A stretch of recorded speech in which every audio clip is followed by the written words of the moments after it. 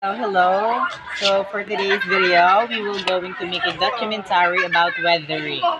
So nakakita kami sa isang spot kung di ay namon ma-record ang weathering na ginatawag.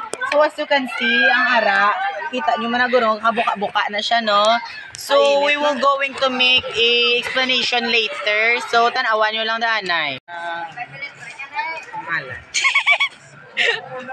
Ano? Pagdala, hindi pagdala. Kasi seryoso ako. In nature, not all rocks remain solid and smooth. Some appear rough, dusty, and full of holes, as if time itself has taken a bite of them.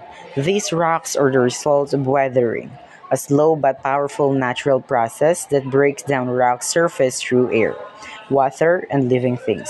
When you see a rock that looks dry, crumbly, or covered in dust, it means physical and chemical weathering have been at work for many years. Rainwater seeps into cracks, and when it dries up, it leaves behind minerals that weaken the rock. Wind also blows fine particles like sand that scratch and wear away the surface, making it look dusty and rough. Here's the second spot that we document about weathering. So as you can see, may nagkakatabong ang weathering sa stones just like that. And we will going to explain later. But before that, watch the video. Ano to, widiring ka na yan? Tanong mo? Widiring na. Sa bato na yung widiring. May tumawa ka?